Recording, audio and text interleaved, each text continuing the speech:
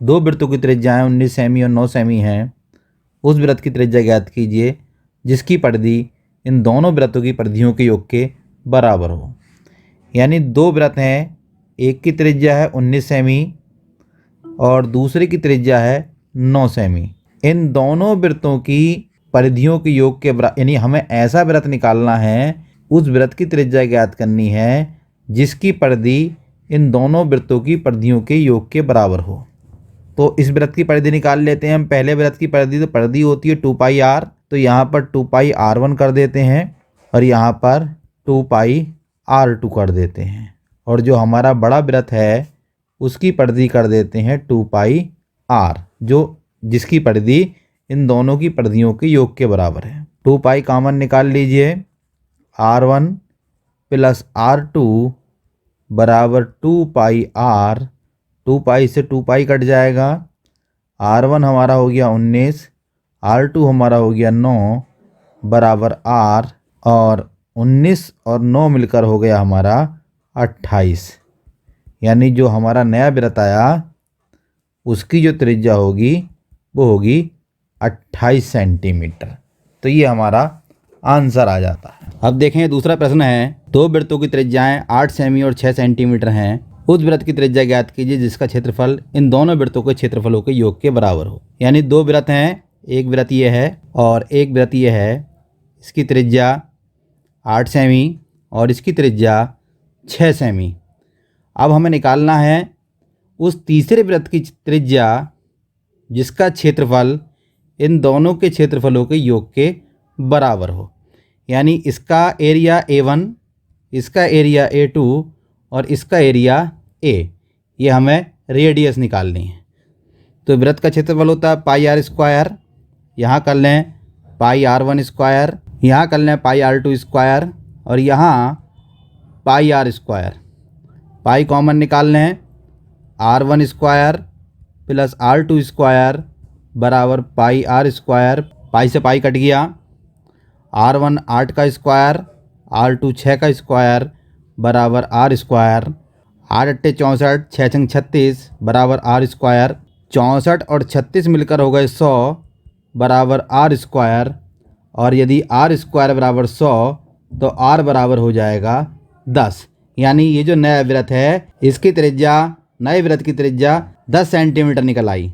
अब चलिए आगे देखते हैं। आकृति 12.3 ये आकृति दे रखी है, एक तीरंदाजी लक्ष्य को दर्शाती है जिसमें केंद्र से बाहर की ओर 5 क्षेत्र गोल्ड, रेड, ब्लू, ब्लैक और वाइट चिन्हित हैं जिनसे अंक अर्जित किए जा सकते हैं।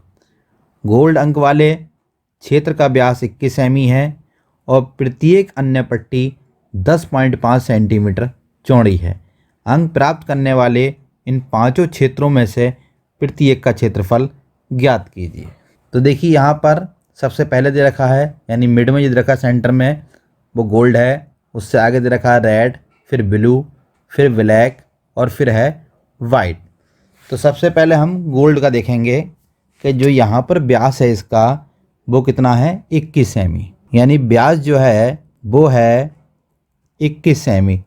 तो ये हम कर रहे हैं किसका, गोल्ड का, यानी गोल्ड का व्यास 21 सेमी। तो त्रिज्या हो गई हमारी व्यास की आधी, यानी 21/2, और 21/2 का मतलब 10.5 सेंटीमीटर। ये हमारी गोल्ड की त्रिज्या हो गई। अब इस भाग का क्षेत्रफल निकाल लीजिए। क्षेत्रफल, और क्षेत्रफल हम जानते ही हैं, वृत्त का क्षेत्रफल होता है πr²। अब पाई का मान हम रखेंगे यहाँ पर 22/7 और r हमारे पास दे रखा है 10.5 और यहाँ पर कर देंगे स्क्वायर।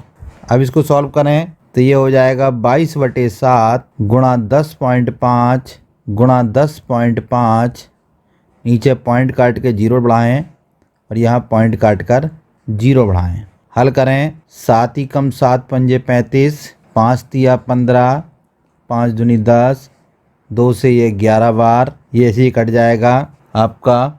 और जब इसे सॉल्व करेंगे हम तो सॉल्व करके ये आ जाएगा हमारा 346.5 सेंटीमीटर स्क्वायर।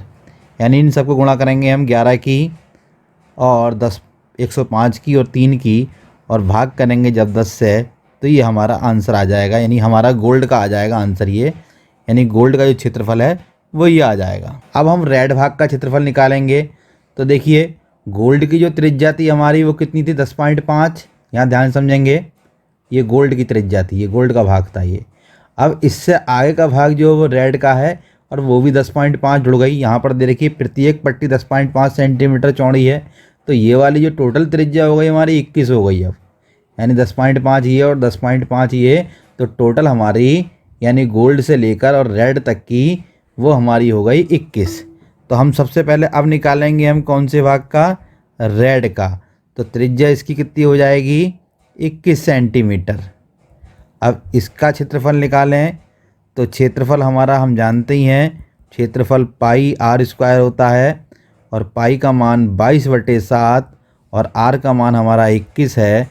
तो 21 का स्क्वायर हल कर लें, यानी 22/7 गुणा 21 गुणा 21 हल करेंगे, 7 तिया 21, और जब इनकी गुणा करेंगे हम तीनों की, तो तीनों की हमारी गुणा जो आएगी 1386 सेंटीमीटर स्क्वायर। ये हमारी यानी पूरे इतने भाग की आ गई हमारा क्षेत्रफल, यानी इसके अंदर रेड भी जुड़ा हुआ है और इसके अंदर गोल्ड भी जुड़ा हुआ है, परंतु हमें निकालना है केवल रेड भाग का क्षेत्रफल।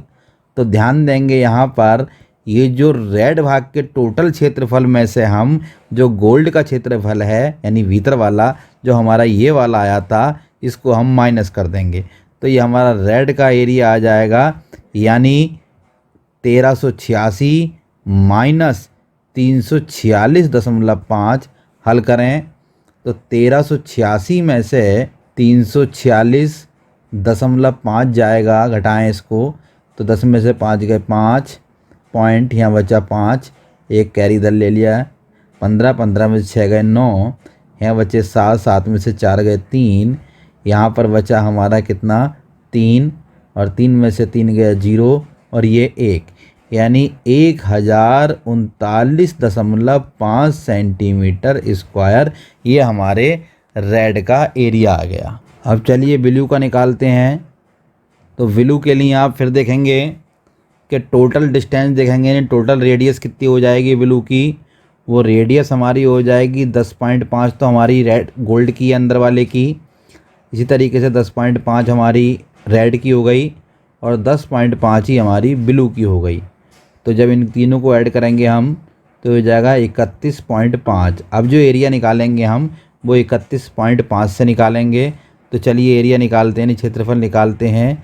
तो क्षेत्रफल बराबर पाई आर स्क्वायर, पाई का मान 22/7 और आर हमारा हो गया 31.5 गुणा 31.5, हल कर लीजिए, 7 चौक 28, पॉइंट लगाइए, 7 पंजे 35, यानी 4.5। इन तीनों ही गुणा करके लिखेंगे, इन तीनों ही गुणा 3118.5 आ जाएगी। पर हमें निकालना है ब्लू भाग का यानी अंदर वाले भाग का, उसमें से हम इस रेड वाले का जिसमें रेड और गोल्ड दोनों हैं उनको माइनस कर देंगे।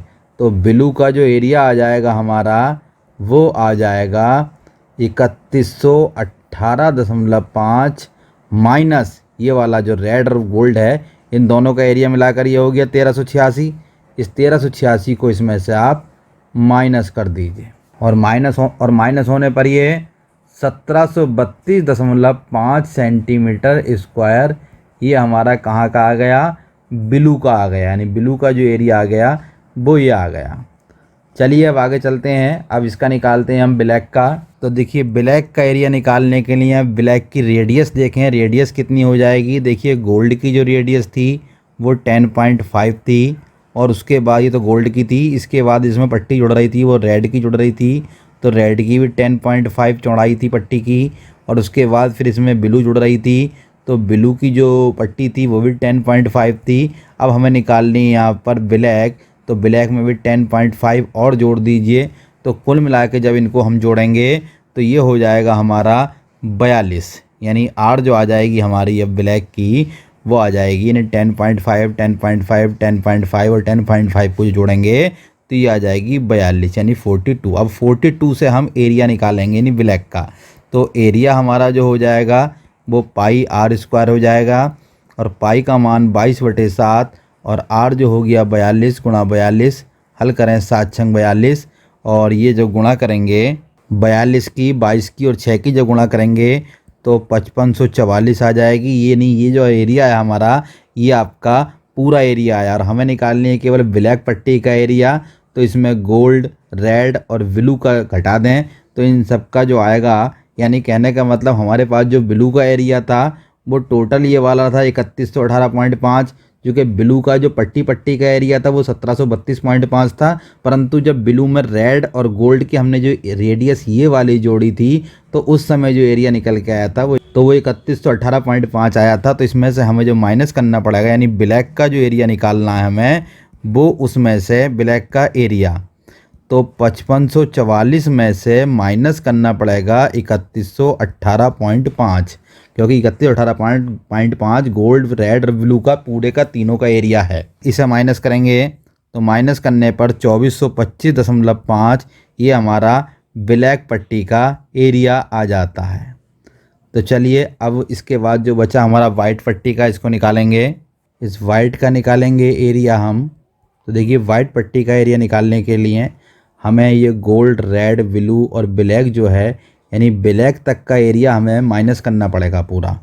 तो देखें इसकी रेडियस कितनी हो जाएगी, वाइट वाले की रेडियस सबको, यानी इसमें इसके अंदर जो टोटल पट्टियां हैं आप देखिए 1 2 3 4 5, यानी वाइट तक मिलाकर 5 हैं। तो यानी 10.5 यदि 5 बार ऐड करें तो 10.5 10.5 और 10.5 और 10.5, जब इसको सॉल्व करें तो ये हमारी रेडियस आ जाएगी। सबको ऐड करें तो 52.5 हमारी रेडियस आ गई, यानी वाइट पट्टी तक की रेडियस जो है वो 52.5 सेंटीमीटर है। अब इसका एरिया निकाल लें तो एरिया यानी क्षेत्रफल हमारा आएगा पाई आर स्क्वायर। पाई का मान 22/7 और आर हमारा हो जाएगा 52.5 गुणा 52.5, और जब इसे हल करेंगे 7 सत्ते 49 पॉइंट 7 पंजे 35, इन सब की गुणा कर लीजिए। इन सब की गुणा करने के बाद में 8662.5 सेंटीमीटर स्क्वायर ये हमारा एरिया आ गया, यानी वाइट तक का, यानी पूरे सर्किल का। और हमें निकालना है केवल वाइट पट्टी का, तो वाइट एरिया, तो उसमें से हमें यानी 8662.5 में से हम माइनस करेंगे ये वाला एरिया जो ब्लैक तक का है। ब्लैक तक का एरिया है 5544। अब इसको माइनस करें तो माइनस होकर ये 3118.5 सेंटीमीटर स्क्वायर ये हमारी वाइट पट्टी का एरिया आ गया। तो यानी ये हमारे पांचों एरिया निकल आए, यानी गोल्ड का भी, रेड का, ब्लू का, ब्लैक का और वाइट का। चलिए अब अगला क्वेश्चन देखते हैं। देखिए चौथा प्रश्न, किसी कार के प्रत्येक पहिए का व्यास 80 सेंटीमीटर है।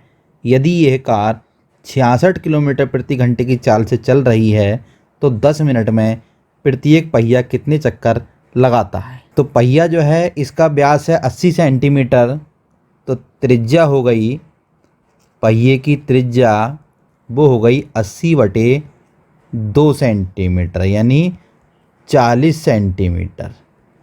40 सेंटीमीटर पहिए की त्रिज्या हुई। अब चूँकि पहिया जो है एक चक्कर लगाता है तो एक चक्कर का मतलब हो गया पूरा, एक चक्कर का मतलब परिधि। अब परिधि निकालें यहाँ पर हम, तो देखिए परिधि हो जाएगी, परिधि होती है वृत्त की, वो होती है 2 पाई आर, और 2 पाई का मान 22/7 और आर का मान हमारा 40, यानी एक चक्कर में एक चक्कर जो लगाएगा उसमें चली दूरी ये हो जाएगी 2 गुणा 22/7 गुणा 40, यानी एक चक्कर में चली दूरी। अब प्रश्न कह रहा है यदि ये कार 66 किलोमीटर प्रति घंटे की चाल से चल रही हो, यानी एक घंटे में 66 किलोमीटर, तो एक घंटे में चली दूरी वो है 66 किलोमीटर। इस किलोमीटर के आप सेंटीमीटर बना लीजिए, क्योंकि यहाँ पर जो व्यास दे रखा है वो सेंटीमीटर में है और त्रिज्या भी सेंटीमीटर में ही है। तो 1 किलोमीटर में 1000 मीटर होते हैं और 1 मीटर में 100 सेंटीमीटर होते हैं। तो इस तरीके से एक घंटे में चली दूरी हमारी आ गई, वो ये आ गई। अब चूँकि 10 मिनट में कह रहा है तो इस घंटे के हम मिनट बना लें, तो एक घंटे में होते हैं 60 मिनट, तो यानी 60 मिनट में जो दूरी चली वो चली 66 गुणा 1000 गुणा 100, यानी 60 मिनट में दूरी है इतनी, तो 1 मिनट में दूरी जो है 1 मिनट में जो दूरी बैठेगी वो 66 गुणा 1000 गुणा 100 बटे 60 बैठेगी। और यही दूरी हमें 10 मिनट में निकालनी है, तो 10 मिनट में जो दूरी बैठेगी वो हमारी बैठेगी 66 गुणा 1000 गुणा 100 बटे 60 गुणा 10। 0 से 0, 6 से कट गया 11 बार, यानी कुल मिलाकर 11 गुणा 1000 गुणा 100, ये हमारी 10 मिनट में दूरी आई। अब हमें निकालनी है चक्रों की संख्या, यानी प्रत्येक पहिया कितने चक्कर लगाता है 10 मिनट में। तो देखें कुल दूरी हमारी 10 मिनट में कितनी निकल के आई, वो ये निकल के आई। और पहिए की जो परिधि है वो हमारी ये दे रखी है। तो हमें निकालनी क्या है, यहाँ पर संख्या निकालनी है। टोटल जो दूरी चल रही है वो ये चल रही है 11 गुणा 1000 गुणा 60। तो अब देखें चक्रों की संख्या, चक्रों की संख्या माना चक्रों की संख्या वो मान लीजिए x। तो यहाँ x निकालने के लिए हमारे पास कुल दूरी है 11 गुणा 1000 गुणा 100 जो 10 मिनट में चल रही है, और एक चक्कर में कितनी दूरी है वो ये है हमारी 2 गुणा 22 बटे 7 गुणा 40, और टोटल चक्कर x हैं तो x के साथ गुणा कर दीजिए इसकी 2 गुणा 22 बटे 7 गुणा 40। हल करें तो x बराबर 11 गुणा 1000 गुणा 100 बटे 2 गुणा 22 बटे 7 गुणा 40।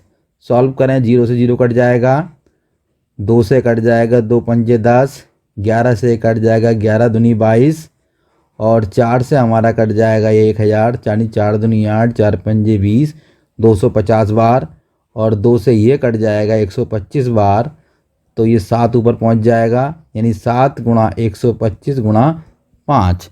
तो इस तरीके से यदि हम गुणा करेंगे तो ये हमारी गुणा आ जाएगी 4375, यानी कुल जो चक्कर लगेंगे वो यानी x बराबर 4375।